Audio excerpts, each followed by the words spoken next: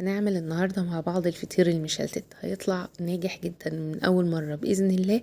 بس شوية خطوات كده وتكات لازم نتبعهم. هيطلع معانا أحلى فطير مورق وخفيف جدا زي ما انتوا شايفين كده، الرقات شفافة وفي نفس الوقت طري جدا، وطالع فيه كل المواصفات اللي انتوا بتحبوها في الفطير المشلتت. تعالوا بقى نبدأ على طول ونشوف عملنا ايه وازاي طالع معانا طري وفي نفس الوقت مظبوط كده. اول حاجة انا معايا مقدار كيلو من الدقيق، انا مستعملاه دقيق مخصص للمخبوزات، او ممكن تستعملوا جميع الاغراض. معاه بقى معلقة صغيرة من الملح ممسوحة، عشان مش عايزين نكتر الملح قوي عشان الطعم يكون مظبوط، نقدر ناكل بيه عسل، نقدر ناكل بيه جبنة، فمش عايزين الملح يكون كتير قوي. هقلب بقى الملح مع الدقيق كده كويس ومش هضيف اي اضافات تانية. وهبدأ انزل بالمية بتاعتي. المية بتكون فترة عادي من الحنفية، مش شرط ابدا انها تكون دافية. مقدار المية بيبقى حوالي 2.5 ل3 كوبايات من اللي هو المج الشاي العادي. هنزل الاول كده بكوبايتين، وهنزل بقى بالكوباية التالتة بالتدريج.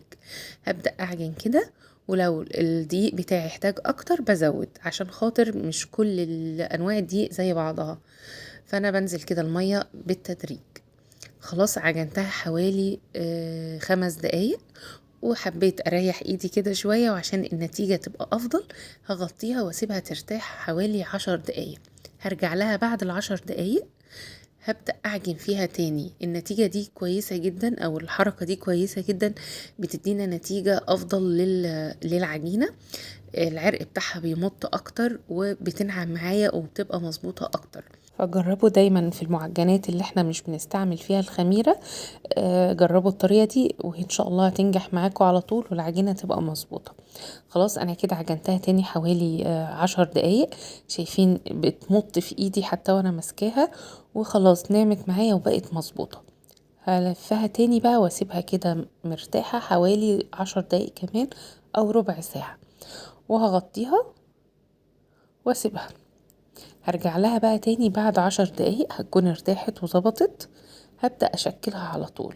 هتشوفوا معايا دلوقتي قد ايه بقت ناعمة، والعرق بتاعها قوي جدا زي ما انتوا شايفين كده. حتى لو بنفتحها بايدينا بنمطها بايدينا هتبقى شفافة ومش هتتقطع معانا بسهولة كده. هي مظبوطة وجميلة جدا. يبقى احنا كده اول حاجة معانا ان احنا عجلنا العجينة كويس جدا لحد ما بقت ناعمة معانا زي ما انتوا شايفين كده، وطرية جدا ومظبوطة. اهم حاجة بقى في العجينة برضو ما تبقاش طبعا ناشفة، العجينة بتاعتنا طرية زي ما انتوا شايفين وبتمط في ايدينا كده. هقسم بقى المقدار بتاعي على 3. لو عايزين تعملوا الكور اصغر من كده براحتكم، انا هعمل الكيلو على 3 فطاير. خلاص شايفين ناعمة وطرية وجميلة ازاي. هحط بقى على وشها شوية من الزيت كده شوية حلوين، والف الزيت على الكورة كلها عشان خاطر ما تنشفش مني وعشان افرد بعد كده بسهولة. خلاص لفيت الزيت كويس جدا، دهنت الزيت كويس جدا. هغطي بقى بالكيس بتاعي وهريحها تاني حوالي ربع ساعة او نص ساعة. كل ما نريحها اكتر كل ما تدينا نتيجة احلى. يعني ريحوها في المرحلة دي نص ساعة هتبقى معاكي جميلة. شايفين بتمط ازاي وهي في ايدي لسه. يبقى تاني حاجة معايا مهم جدا مرحلة ان احنا نريحها بعد ما نشكلها كور وقبل ما نفردها. يبقى ريحناها كده حوالي نص ساعة، ساعة الا ربع، هتبقى معايا جميلة.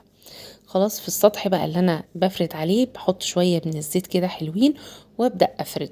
الفرد بقى بيبقى من النص للأطراف، من النص للأطراف، لحد ما بتكبر معايا شوية كده الفطيرة ببدأ أشدها بإيديا وافردها كده بالراحة عشان الحجم كله يبقى واحد وترق معايا من غير ما تتقطع. زي ما انتوا شايفين كده بالظبط. في أشكال كتير قوي لتشكيل الفطير، إن شاء الله هعمل كذا واحدة. فانتوا شوفوا الاول الطريقة دي جميلة جدا وسهلة، ويعني الطريقة المعتادة بتاعة الفطير. بنوسع كده بايدينا ونشد، شايفين كده لحد ما تبقى شفافة معانا ورقيقة.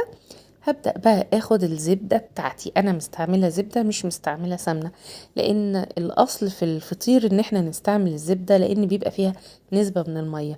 النسبة من المية دي بتساعد انها تورق معانا، عشان المية لما هتيجي تتبخر اللي في الزبدة دي هتساعد ان الطبقات ترتفع ويعملوا ما بينهم الرقات اللي انتوا شايفينها دي. وبرضو ممكن يعني المتعودين يستعملوا سمنة تمام. بس اهم حاجة بقى كمان ان السمنة او الزبدة يكون طعمهم كويس جدا، يعني يا زبدة فلاحي يا سمنة فلاحي او نيوزيلندي. مش موجودين او مش متاحين هنستعمل السمنة اللي متعودين عليها، بس يكون طعمها كويس لان هي الفطير كله عبارة عن زبدة او طعم السمنة بتاعنا.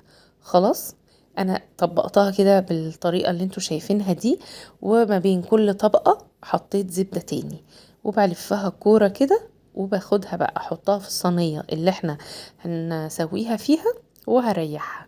دهنت شوية من الزيت كده في الصينية، وهحط الفطيرة بتاعتي وهسيبها ترتاح على مشكل اللي بعد كده. هشكلها بطريقة مختلفة، مش هعملها بنفس الطريقة، يعني هعمل كذا واحدة بكذا تشكيلة بحيث ان الاريح او اللي تحبيه تستعمليه. هحط برضو شوية من الزبدة كده، هفردها كويس على الطبقة بتاعتي. انا الفطيرة دي مرقتهاش قوي للدرجة زي التانية، وهعملها رول كده زي السينابون. خلاص، شايفين الفكرة بتاعت دي ايه؟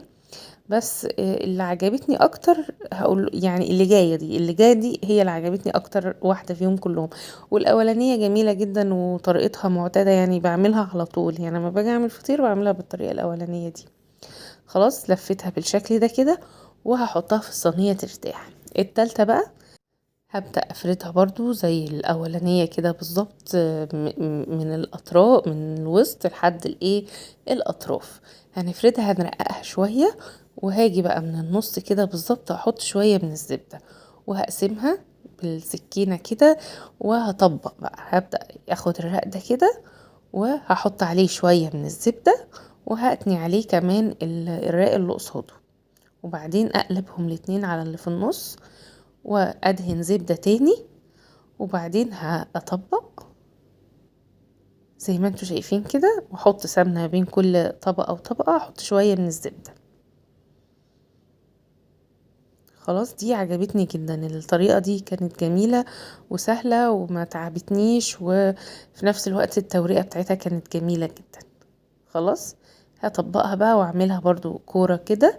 المهم طبعا ان الزبدة بتاعتنا تكون طعمها حلو، وهي اللي هتدينا الطعم كله. على ما خلصت التشكيل كانت الاولانية بتاعتي ارتاحت وبقت جميلة جدا، ان احنا نقدر نفردها في الصينية. وبعد ما هنفردها هندهن الوش كده بالقشطة او بالزبدة حسب الموجود عندنا، وهنريحها تاني حوالي 5 دقايق او 10 دقايق قبل ما ندخلها الفرن.